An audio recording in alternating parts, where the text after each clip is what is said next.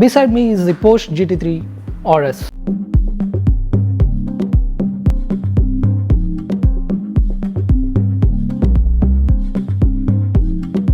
Here are the few reasons you should buy 2023 Porsche GT3 RS instead of 2025.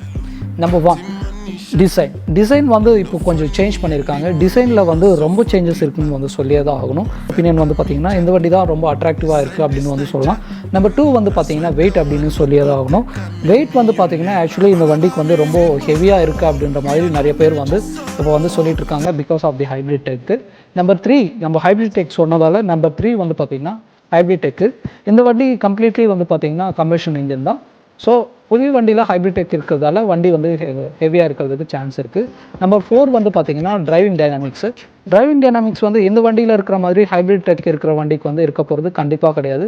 So இதுதான் இந்த few reasons. நீங்கள் எந்த model வந்து choose பண்ணுவீங்க பர்சனலி 2023 ஆர் 2025 அப்படின்றது கமெண்ட் செக்ஷனில் கமெண்ட் பண்ணுங்கள். உங்களுக்கு பிடிச்சிருந்தா ஒரு லைக், அப்புறம் வந்து ஷேர் அண்ட் சப்ஸ்கிரைப் பண்ணிக்கோங்க. நான் இன்னொரு வீடியோவில் மீண்டும் சந்திக்கிறேன். சரி.